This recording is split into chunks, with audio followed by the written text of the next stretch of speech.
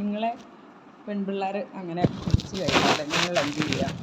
അവരോട് സോറി പറയുക. കാല് വീണ് നിങ്ങൾക്ക് വേണ്ടേ? നിങ്ങൾക്ക് കല്യാണം കഴിഞ്ഞവർക്കാണെങ്കിൽ എന്തായാലും ഭാര്യമാരെ വേണം, കുട്ടികളെയൊക്കെ വേണം. അതുകൊണ്ട് നിങ്ങൾ പരമാവധി വീണ് കാല് പിടിച്ച് മാപ്പ് പറഞ്ഞു.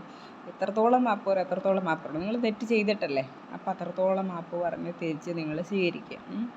പിന്നെ ലവേഴ്സാണെങ്കിൽ നിങ്ങൾക്ക് ഈ ലവറിനെ വേണമെന്നുണ്ടെങ്കിൽ മറ്റേ പെണ്ണിനെ ഇനി നിങ്ങൾ ഒന്നേന്ന് സെറ്റാക്കി കൊണ്ടുവരണം. അപ്പോഴായിരിക്കും അറിയുന്നത് നമുക്ക് വേറെ ലവർ ഉണ്ടാകും. ഉള്ളതിനെ നിങ്ങൾ സെറ്റാക്കി കൊണ്ട് നടക്ക്. അത് എത്രത്തോളം നിങ്ങൾ കെയർ ചെയ്യുമോ അത്രത്തോളം ആ പെണ്ണിനെ കെയർ ചെയ്താൽ നിങ്ങളുടെ ഒപ്പരം ഉണ്ടാവും. ഇല്ലെങ്കിൽ അതും ഇല്ലാണ്ടാവും, ഇതും ഇല്ലാണ്ടാവും, ഒന്നും ഇല്ലാത്ത അവസ്ഥ വരും. പിന്നെ ഇപ്പം ആൺപിള്ളേർക്ക് പെൺപിള്ളേരെ കിട്ടാനില്ല. അപ്പോൾ ഉള്ളതിനെ എങ്ങനെയൊക്കെ സെറ്റാക്കി നല്ലൊരു ജോലിയൊക്കെ വാങ്ങി നല്ലൊരു ജോലിയൊക്കെ എടുത്ത്, ഇന്ന ജോലി എന്നൊന്നുമില്ല, ഏത് ജോലി ചെയ്തിട്ടായാലും നിങ്ങൾ പൈസ ഏൺ ചെയ്തുണ്ടാക്കുക. ആ പെണ്ണിനെ പോറ്റാനുള്ള ഉണ്ടാക്കുക. പെൺപിള്ളേർക്ക് അതാണ് ആവശ്യം. അവളെ പോറ്റാനും അവൾക്കൊരു സാരി വാങ്ങിച്ചു കൊടുക്കുക, ഡ്രസ്സ് വാങ്ങിച്ചു കൊടുക്കുക, ഗോൾഡ് വാങ്ങിച്ചു കൊടുക്കുക, പിന്നെ ഈ ഒരു വീട് റെൻറ്റിന് എടുക്കുക. ഇതിനൊക്കെ ഇങ്ങനത്തെ പൈസ വേണ്ടേ? അല്ലെങ്കിൽ ഒരു വീട് കെട്ടിക്കൊണ്ടുപോകണേ, വീട്ടിൽ പോകണമെങ്കിൽ ആ വീട്ടിൽ കൊടുക്കാൻ പൈസ വേണ്ടേ? നിങ്ങളെ വീട്ടിൽ പൈസ കൊടുക്കണ്ടേ? പെണ്ണിനും കൂടെ കൂട്ടി ചെല്ലുന്നതല്ലേ? അച്ഛനമ്മയും നിങ്ങൾക്ക് ചിലവിന് തരണം. അപ്പോൾ ഇതെല്ലാം നിങ്ങൾക്ക് വേണം. അപ്പോൾ അതുകൊണ്ട് നല്ല ഹാർഡ് വർക്ക് ചെയ്യുന്ന ആൺപിള്ളേരെയാണ് ഇഷ്ടം. വെറുതെ വീട്ടിൽ കുത്തിയിരിക്കുന്ന ചെക്കന്മാരെയല്ല പെണ്ണുങ്ങൾക്ക് വേണ്ടത്. അപ്പോൾ നിങ്ങൾ കള്ളത്തരം ചെയ്യുമ്പോൾ ഒരുപാട് സൂക്ഷിക്കുക കേട്ടോ. നിങ്ങൾക്ക് തോന്നും നിങ്ങളുടെ ഹോർമോൺ അങ്ങനെയാണ്, ഇതും വെച്ചിട്ട് നിങ്ങളെന്താ പിന്നെ കണ്ണടച്ച് പിടിച്ചേക്കുക പെൺപിള്ളേരെ കണ്ട്. അതുപോലെ നിങ്ങളുടെ കൂടെ ലവേഴ്സ് വരുമ്പോൾ, നിങ്ങളുടെ കൂടെ ഗേൾഫ്രണ്ട് ഉണ്ടെന്ന് വെച്ചോ, ഇതിനെ വെച്ചിട്ട് ഇങ്ങനെ അടുത്ത പെണ്ണിനെ കാണുമ്പോൾ ഇങ്ങനെ നോക്കുന്നവരുണ്ടല്ലേ? നിങ്ങൾ ചെക്കന്മാർ ആ ഒരു സ്വഭാവമില്ലേ? ഇഷ്ടമില്ല അത് പെൺപിള്ളേർക്ക്. അത് നിങ്ങൾ ഓർത്ത് അവരുടെ മുന്നേ വെച്ചിട്ട് വേറെ പെണ്ണിനെ നോക്കുന്നത് ഒരു പെണ്ണിനും ഇഷ്ടമില്ല. അവളില്ലാത്തപ്പോൾ നിങ്ങൾ നോക്കിക്കോ.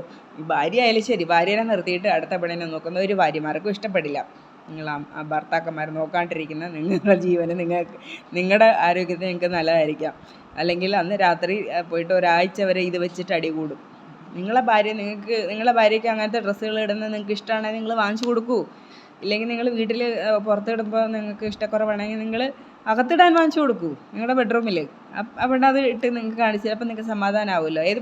എന്ത് മോഡേൺ ഡ്രസ്സ് ഇട്ടാലും എല്ലാവർക്കും ചേരുന്നത് തന്നെയാണ്. അതുകൊണ്ട് നിങ്ങൾക്ക് മോഡേൺ ഡ്രസ്സ് ഇട്ട പെണ്ണിനെ ഇഷ്ടമാണെങ്കിൽ നിങ്ങളൊരു കാര്യം ചെയ്യും, നിങ്ങൾ ബെഡ്റൂമിൽ വാങ്ങിച്ചു കൊടുക്കും. നിങ്ങളുടെ ബെഡ്റൂം സ്പേസിൽ അവർ ഇടട്ടെ. മനസ്സിലായോ? അപ്പോൾ ഭാര്യമാരെ കൂടെ ഉള്ളപ്പോഴും ലവേഴ്സ് കൂടെ ഉള്ളപ്പോഴും വേറെ പെൺപിള്ളേരെ നോക്കാണ്ടിരിക്കുക. നമ്മളെ കാണുന്നേ ഇല്ല എന്നുള്ള രീതിയിൽ പോകുന്നതായിരിക്കാം നിങ്ങൾക്ക് നല്ലത്, ബോയ്സിൻ്റെ ശ്രദ്ധയ്ക്ക്.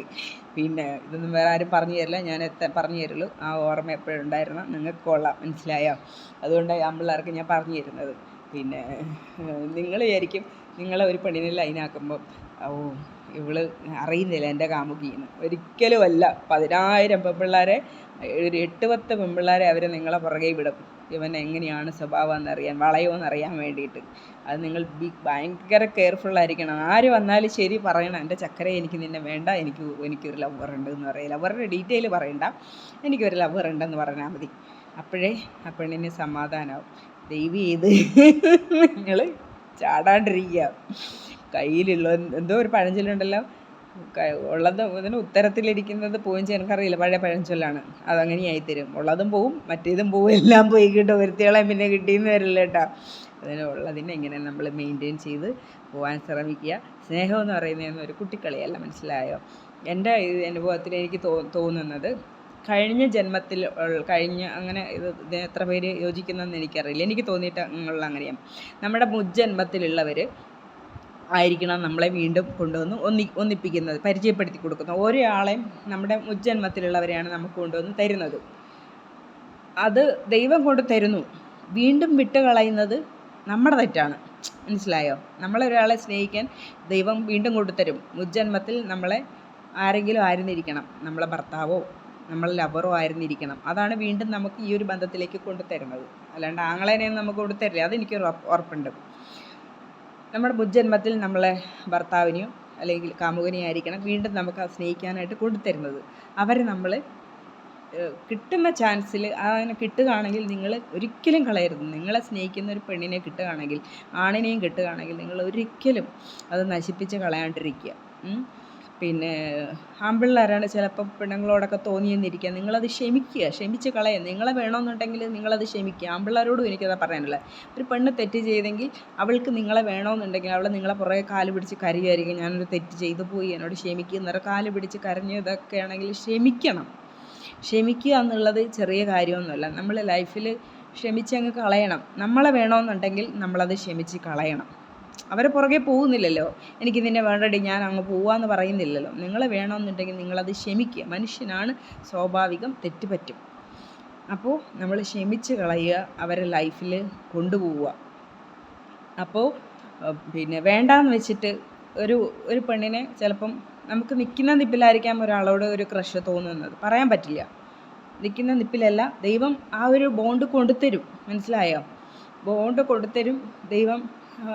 കഴിഞ്ഞ ജന്മത്തിൽ എന്തെങ്കിലും ഒരു ബന്ധം ഉണ്ടാവും, എന്തെങ്കിലും ലവർ അല്ലെങ്കിൽ നമ്മുടെ പിന്നെ ഹസ്ബൻഡോ ആയിരിക്കണം കഴിഞ്ഞ ജന്മത്തിൽ കൊണ്ടുതന്നിട്ട് പിന്നെ നശിപ്പിക്കുന്നത് ദൈവമല്ല, നമ്മളാണ് നശിപ്പിക്കുന്നത് അല്ലേ. നെക്സ്റ്റ് ഡേ അവരെ ഒഴിവാക്കുന്നത് ഈ ആണോ പെണ്ണോ ആയിരിക്കണം. ദൈവത്തിന് അതിലൊരു റോളുമില്ല. കൊണ്ടുപോകേണ്ടത് നമ്മുടെ കടമയാണ്, അത് മെയിൻറ്റെയിൻ ചെയ്ത് കൊണ്ടുപോകേണ്ടത് നമ്മുടെ കടമയാണ്. ദൈവം അവരെ വീണ്ടും കൂട്ടിമുട്ടിച്ച് തരും, നിങ്ങളെ സ്നേഹിക്കും. അതിനാണ് ഒന്ന് നഷ്ടപ്പെട്ടാൽ ഒന്നിനെ ദൈവം കൊണ്ടുതരുന്നത്, നിങ്ങളെ മുന്നോട്ട് കൊണ്ടുപോകും. അവൾ കെയർ ചെയ്ത് കൊണ്ടുപോകും. അവളെക്കാളും ബെറ്ററാണ് ഇവൾ എന്നാണ് അതിനർത്ഥം. ചിലരത് അറിയാണ്ടത് മിസ്യൂസ് ചെയ്ത് അതങ്ങ് വേണ്ട എന്നുള്ള രീതിയിൽ, അടുത്തത് കിട്ടുമെന്നുള്ള രീതിയിലിരിക്കും.